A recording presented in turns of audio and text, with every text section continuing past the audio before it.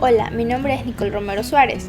Soy estudiante de la Universidad Técnica de Manabí y mi proyecto de filosofía se titula La evolución de la filosofía en el Ecuador. Al hablar de la filosofía nos referimos concretamente al amor a la sabiduría y al estudio de problemas fundamentales relacionados con cuestiones tales como la existencia, el conocimiento, la verdad, la belleza, la mente y el lenguaje. La filosofía se distingue principalmente por su método crítico y generalmente sistemático, así como por su énfasis en los argumentos racionales. Referente a la filosofía, en el Ecuador existe poca información, lo cual ha impedido una autoconciencia de lo propio. Se ha hecho una crítica literaria formalista y no de contenido de ideas, por ejemplo de Juan Montalvo, ya que no se ha analizado la riqueza ideológica, sino que se ha matizado con la actitud denigratoria que revela la parcialidad partidista. La vida en el Ecuador es pródiga, similar a la filosofía del paraíso. En esa descripción, el hombre ecuatoriano es lo más importante de esa geografía.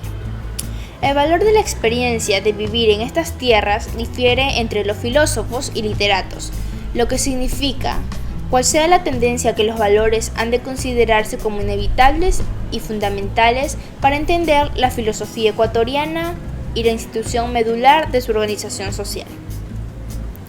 Muchos autores ecuatorianos han señalado la no existencia tanto de la literatura de ideas cuanto del pensamiento filosófico, tales como Julio Endara, que arguye que no tenemos abolengo filosófico, o de Belisario Quevedo, que plantea que en nuestra independencia no hubo ningún movimiento de ideas y que nuestra política tiene como fuente a los hechos y no a las ideas.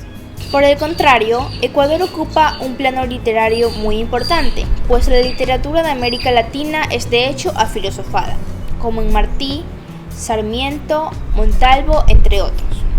El modelo que hemos utilizado para buscar la filosofía y el filósofo latinoamericano es el académico europeo, y este contiene otras categorías culturales, se basa en otra realidad y nosotros no nos hemos ocupado de otra estructura metodológica. Entonces se ha reemplazado la historia de la filosofía por la historia de las ideas, acercándose a las del pensamiento, pero más concreto en lo filosófico.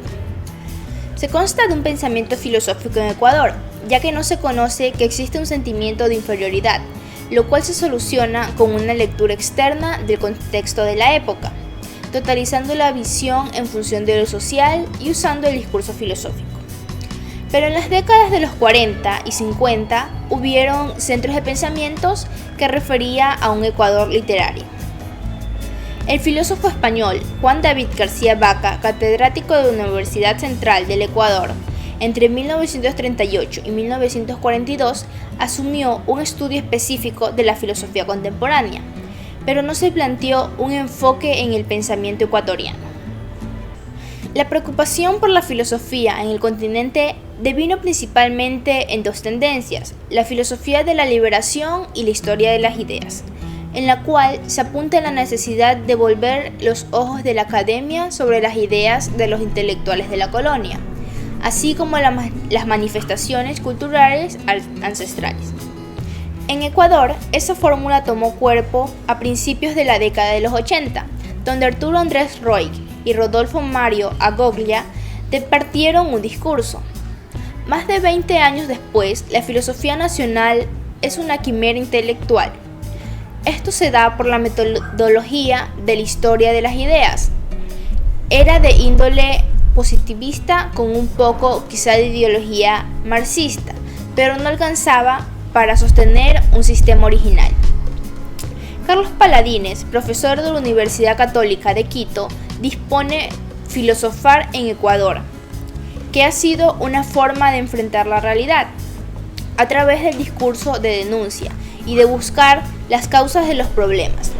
Eso se ha hecho en el seno de otras disciplinas científicas. También Carlos Rojas, catedrático de la Universidad de la SUAY, señala que en Ecuador el pensar filosófico atraviesa una de sus peores crisis. Salvo una o dos universidades, no hay centros en los que se desarrolle la filosofía en sentido sistemático. Hernández Alvarado concuerda con esa ubicación, pero tiene sus matices. En la revista País Secreto se publican ensayos valiosos para pensar la especificidad cultural latinoamericana. Otra persona importante es Jimena Núñez, profesora de la Universidad Central. Cree que la filosofía ecuatoriana, antes como ahora, responde a las circunstancias de quienes la hacen. La filosofía responde intelectualmente a la situación histórica de todos los seres humanos. De todas formas, la enseñanza de la filosofía como una construcción estricta y rigurosa se sigue enseñando en algunas universidades del país. La problemática ahora es la posibilidad de insertar las reflexiones académicas y la producción de conocimiento en un ámbito que reconozca la identidad como una red compleja de influencias culturales. Gracias.